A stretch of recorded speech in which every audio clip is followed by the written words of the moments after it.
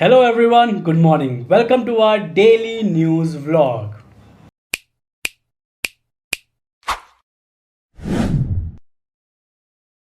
So friends, आज की date है 25 ऑफ नवंबर और डे है फ्राइडे।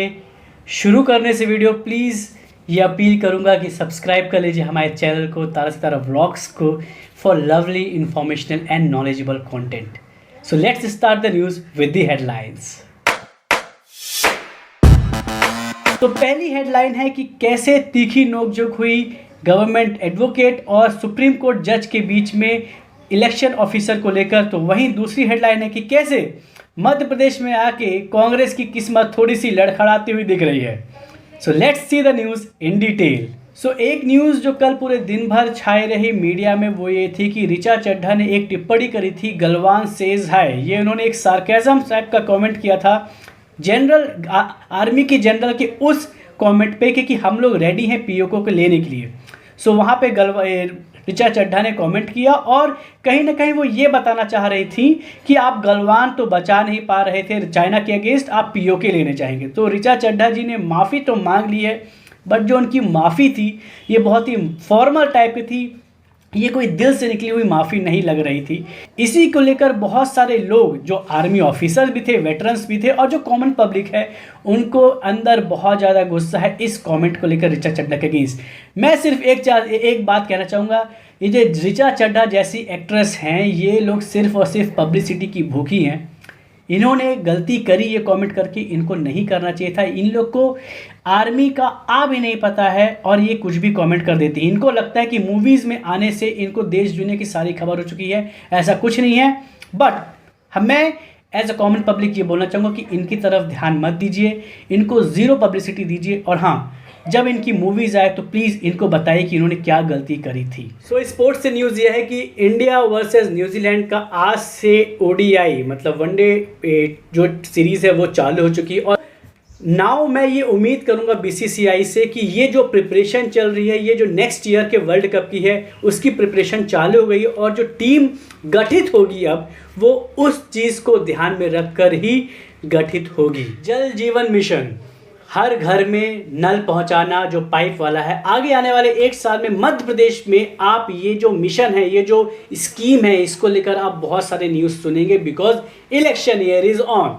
सो वहीं पे बहुत ज़्यादा देखा गया है कि 10,000 गाँवों में अभी तक पानी पहुंचाना बहुत मुश्किल हो गया है बिकॉज वहाँ पे कोई पानी का सोर्स ही, ना कोई तालाब है ना कोई नदी है। सो 4-5 किलोमीटर लंबी पाइपलाइन बिछानी पड़ेगी तो इसके कारण से वहाँ पे फिर पानी आ पाएगा। सो आपको तो ये चीज़ें जब आपने सर्वे किया था इंजीनियर साहब तो आपको ये सब चीज़ें पता होनी चाहिए थी कि कहाँ कहाँ पानी के सोर्स है कहाँ नहीं है। आजकल सैटेलाइट्स हैं जिसके मदद से आप ये चीज़ समझ सकते हैं कि हमारे पास वाटर का रिजर्वायर कहाँ है और कितने डेप्थ तक पानी मिल सकता है। सो ये चीज़ का बहाना देकर कृपया करके जल जीवन मिशन को लेट मत करिएगा और हर घर जल जो पाइप वाला जो पानी है वो जल्दी से जल्दी पहुंचाने की कोशिश करिए, यही आपसे उम्मीद है। तो पड़ोसी पाकिस्तान से खबर यह है कि वहां पे जो आर्मी चीफ है जनरल बाजवा वो रिटायरमेंट हो गया है और नया ही उनको आर्मी चीफ मिला है आसिम मुनीर। ये बताते हैं ये वही आदमी हैं जो पुलवामा अटैक हुआ था भारत में, उसके मेन हैंडलर यही जो आर्मी चीफ हैं अब जो बने हैं वो बताए जा रहे हैं। सो वहीं जब जनरल बाजवा रिटायर हुए, अपनी रिटायरमेंट स्पीच दिए तो उन्होंने जो 1971 की बांग्लादेश लिबरेशन वॉर है उसको एक पॉलिटिकल गलती बताते हुए अपना जो आर्मी का पलड़ा था वो वहाँ से झाड़ लिया। और वहीं दूसरी तरफ एक फैक्ट को चेंज करने की इन्होंने कोशिश करी कि जो 93,000 प्रिजनर्स ऑफ वॉर जो कैदी भारत ने लिए थे पाकिस्तान के, उसको उन्होंने जो फैक्ट है वो चेंज करने की कोशिश करते हुए कहा कि वो सिर्फ 32 या 31,000 थे। तो भाई साहब आपको एक सबसे बड़ा सबूत देते हैं कि वो 90,000 प्लस थे। आपकी ही कंट्री ने एक पोस्ट जारी किया था, एक स्टैम्प पोस्ट जारी किया था, उसमें लिखा था कि 90,000 प्रिजनर ऑफ वॉर भारत के कैद में हैं। तो कृपया करके थोड़ा सा जांच समझ के बोले। और हाँ, आप अगर ये नैरेटिव चेंज करने की कोशिश कर रहे हैं तो भारत जो दिसंबर में विजय दिवस मनाता है इस वॉर को लेकर, वो ये चीज़ भूलने नहीं देगा। तो चलते हैं हेडलाइंस की तरफ। ज़्यादा कुछ आज है नहीं न्यूज़ में। सो पहली हेडलाइन, जैसा कि मैंने आपको बताया कि सुप्रीम कोर्ट में तीखी बहस चल रही थी कल की जो चीफ इलेक्शन कमिश्नर है आपने गवर्नमेंट ने उनको कैसे अपॉइंट किया।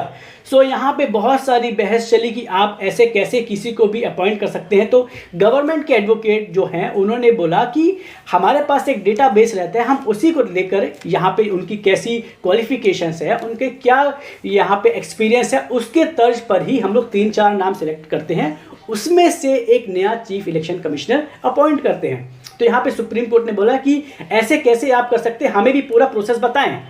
तो यहाँ पे गवर्नमेंट के एडवोकेट ने बोला कि ये सारा प्रोसेस तो पब्लिक डोमेन में है, आप वहाँ पे जाके चेक कर सकते हैं। बट बहरहाल सुप्रीम कोर्ट है और जज साहब इन सब से खुश नहीं दिखे। उन्होंने दे दिया है निर्णय, बट अभी तक उसको सुरक्षित रखा है, उसको भी निकाला नहीं है। मैंने ये कल भी बात कही थी कि प्रोसेस ट्रांसपेरेंट होना बहुत ज़रूरी है। सुप्रीम कोर्ट को ये करना चाहिए कि वो ये जो सारे प्रोसेस है अपॉइंटमेंट की, ये सारे ट्रांसपेरेंट हों। बट यहाँ पे क्वेश्चन सुप्रीम कोर्ट के ऊपर भी आता है कि आप ये जो जज की नियुक्ति करते हैं, आप इसकी भी ट्रांसपेरेंसी सामने लाइए और लोगों तक लाइए। दो तरफा ट्रांसपेरेंसी, दो तरफा ट्रांजैक्शन ज़्यादा स्वीकार होगा लोगों को, ना कि आप सिर्फ गवर्नमेंट को हड़काते रहें कि आप अपनी ट्रांसपेरेंसी करें। सुप्रीम कोर्ट को यहाँ पे भी फुली ट्रांसपेरेंट होना बहुत ज़रूरी है। सो लास्ट न्यूज़ है कांग्रेस से कि कांग्रेस की भारत जोड़ो यात्रा मध्य प्रदेश पहुंच चुकी है। मध्य प्रदेश में राहुल गांधी के साथ देते हुए सुबह नजर आए सचिन पायलट। दोपहर होते होते जो सचिन पायलट जी के विरोधी माने जाते हैं कांग्रेस के भीतर ही अशोक गहलोत, वो सचिन पायलट को गद्दार कह देते हैं एनडीटीवी के एक न्यूज़ वीडियो में। सो इस चीज़ का जवाब देते हुए सचिन पायलट जी शाम को कहते हैं कि अशोक गहलोत तो जो मुझे बहुत कुछ कह चुके हैं, क्या क्या कह चुके हैं पिछले समय में, ये सबको पता है, और उनके ये कह देने से अब मुझे कोई फ़र्क नहीं पड़ता। पार्टी हाईकमांड ही अब इस चीज़ का फैसला करेगी कि आने वाले चुनाव में, याद रखिएगा 2023 में राजस्थान में भी चुनाव है, वो डिसाइड करेगी, कांग्रेस हाईकमांड डिसाइड करेगी कि राजस्थान का सीएम फेस कौन होगा। सो ये चीज़ समझ में आ रही है कि मध्य प्रदेश में घुसते ही भारत जोड़ो यात्रा जो अभी तक जोड़ रही थी भारत को, वहीं कांग्रेस में ही फूट पड़ती नजर आ रही है। अगले महीने ये यात्रा राजस्थान पहुंचेगी और राजस्थान में जो कांग्रेस के भीतर ही जो गुट बने हैं सचिन पायलट और अशोक गहलोत का गुट, वो अभी से फ्रैक्शन सामने आने लग गया है।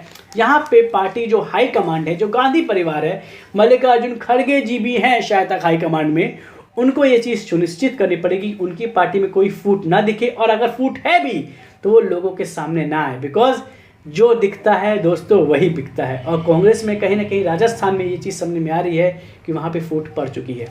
आज का आपको ये वीडियो कैसा लगा प्लीज़ कमेंट करके बताइए। कैसे लगी हमारी जो व्यूज़ थे वो आपको कमेंट करके बताइए।